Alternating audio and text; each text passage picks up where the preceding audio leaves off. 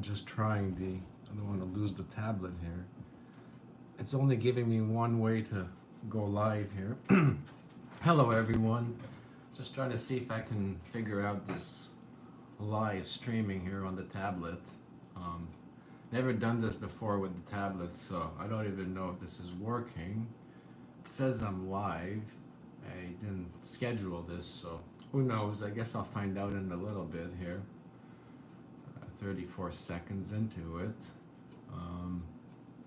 Yeah, hello everyone. I just want to say that I'm still alive, and just wanted to say hello. I used to do these lives, and then I got carried away with the company and really busy and working on prototypes and all that kind of stuff. So, just wanted to say hello again. Been cleaning up the place here because I've been working at home on the prototype and basically really successful with that.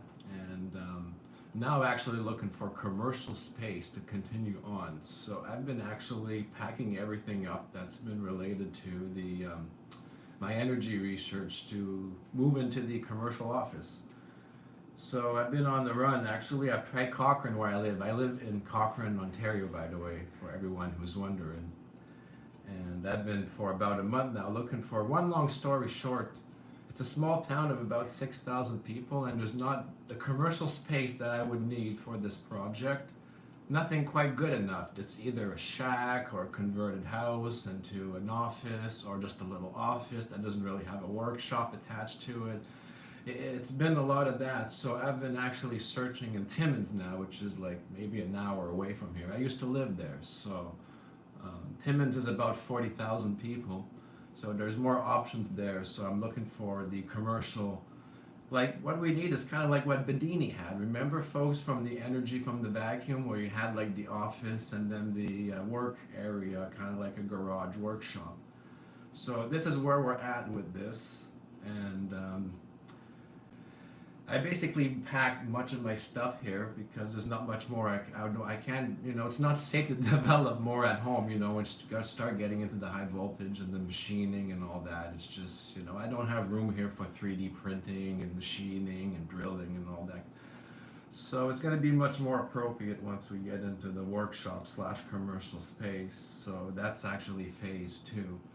But I've been pretty busy with that, and because of that I haven't really been posting videos like on a daily basis, because I've been like literally running to Timmins trying to find suitable space, commercial space for the project.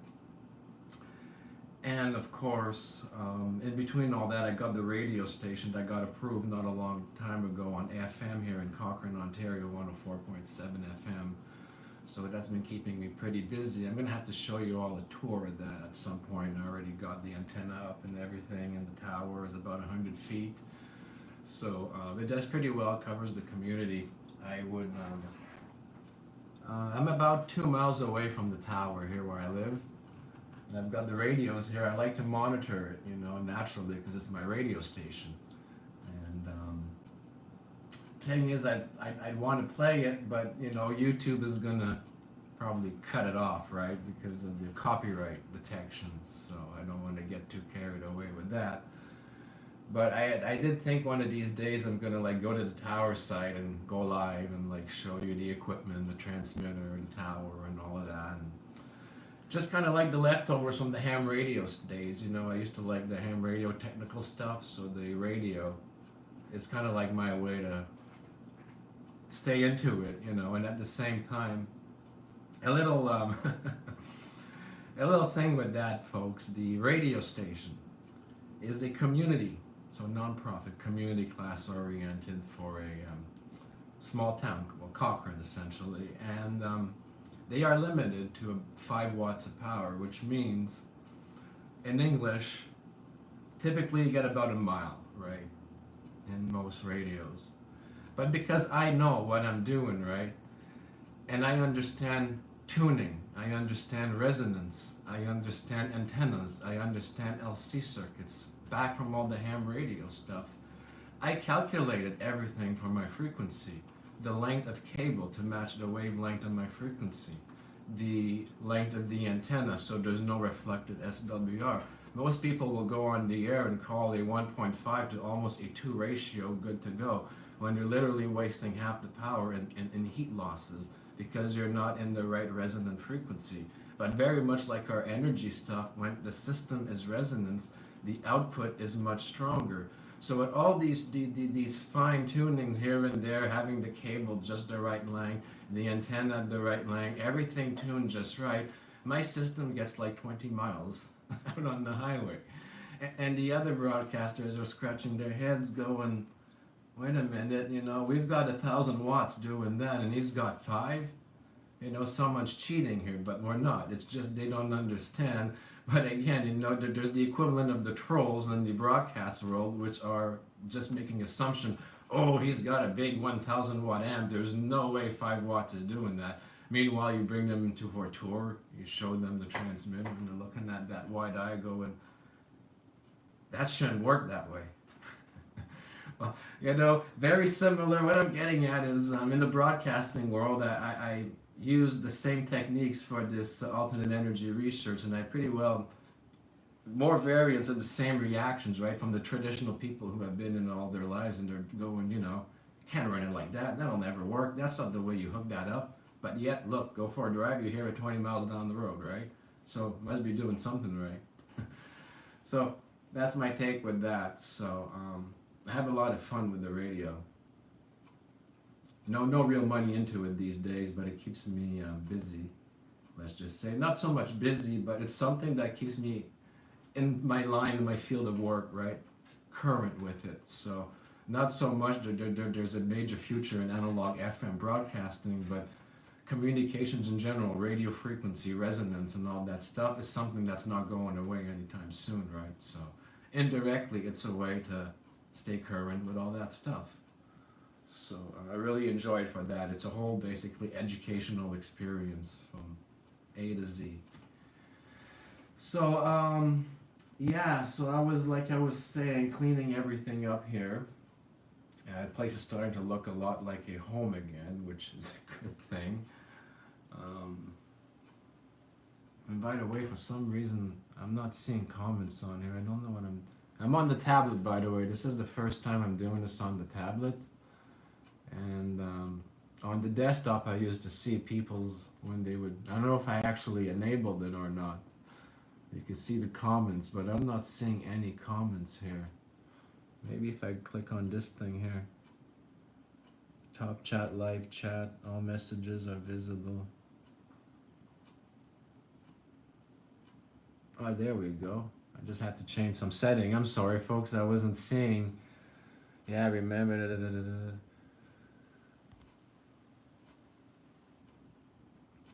I'm just trying to get the message. They all disappear after a few seconds. Why did he do that? Chat viewing options. Bear with me, folks. Just trying the tablet for the first time.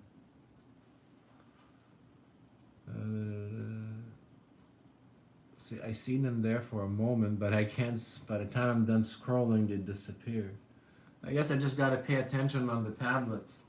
On the desktop, they stay there, and you can read it. But here, they seem to.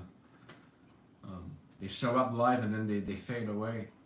I can bring it back up, but then after like 5 seconds, they fade away again. So what use is that? It needs to scan your... See, I got that, but I'm just getting one message at a time. That's weird. See if I can do something about that. So let's see here if I can bring this around since... So this is my apartment, by the way. Don't mind the mess. Can I change the camera here?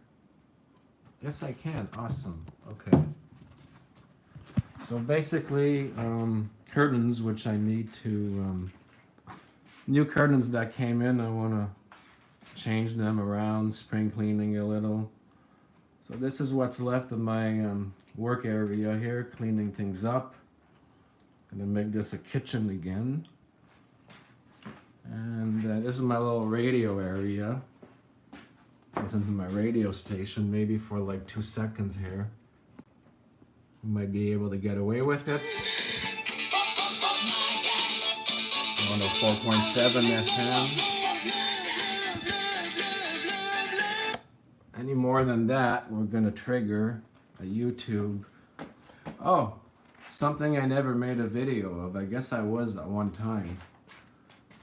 A lot of things I do doodles, right, and then I end up moving on to something and I don't do the video. But it could be useful to somebody who's doing this research. Basically, I don't even remember what this was now. So why did I extracting non-ideal transformer action allows noise spikes, HF events, and bonus external systems to couple into our input transfer, high Z output, high impedance, use transformer to convert high voltage, low I into low V plus high I, and that's your feedback. Controlled SIP, yeah, I talked about that. The sipping from the field. So just a crude, I guess it was too, I don't know, maybe I didn't like the drawing or something. But I was going to make a video out of this at some point. Oh, cap displacement, that was the big controversial, I had a few weeks back that everyone said that wasn't going to work with the capacitive discharges from the displacement current between two capacitors. Yeah. So here, more stuff that I gotta pack eventually here. I've got some parts, some power cells, and more parts here. And all of this stuff here is gonna go to the commercial space. All of this, all has to go, believe it or not.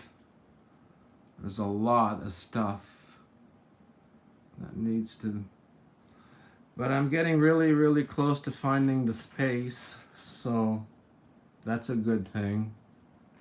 I'll clear things up around here.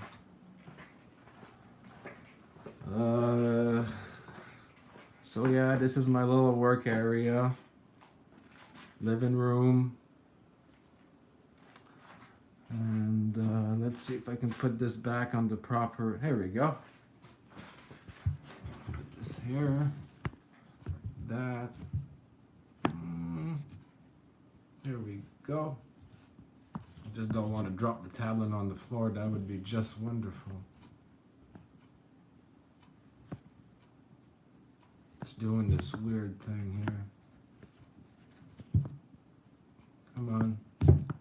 Be good to me. There we go. So that's that. And it seems to be working. Hello, Joelle. Hello, everyone. Speaking of Canadian, the weather has been really bad here. It's been so cold this year. I've never seen it. There was like snow like a few days ago. It's taking a long time. The leaves are just, they're not really out yet even.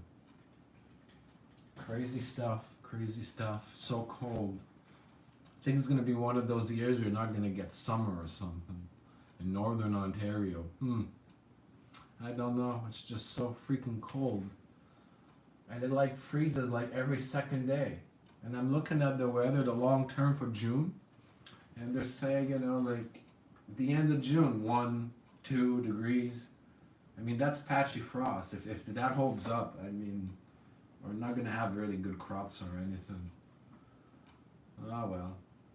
I guess every 10 years or so summer gets screwed up, huh? For if you're really north, if you're like anywhere in the USA, you don't have to worry about it. But in Canada, you know, it's a gamble. It's a 50-50. It's roll the dice and either you get summer or you don't. So it looks like it's going to be one of those we won't years. So with that said, I hope everyone enjoyed the live here. Maybe the extracting from the field, maybe I should polish that up into a nicer chart and post it on the forum or something, just to give an idea. You know, one of the ways to go anyways. And with that, I'm going to say have a good evening if it's evening for you. It's almost like 6 o'clock here, so gonna have dinner now. So with that said, thanks for hanging around, and I think it's working because it said I had 14 people. So with that said, have yourselves all a great day, folks, and thank you for watching.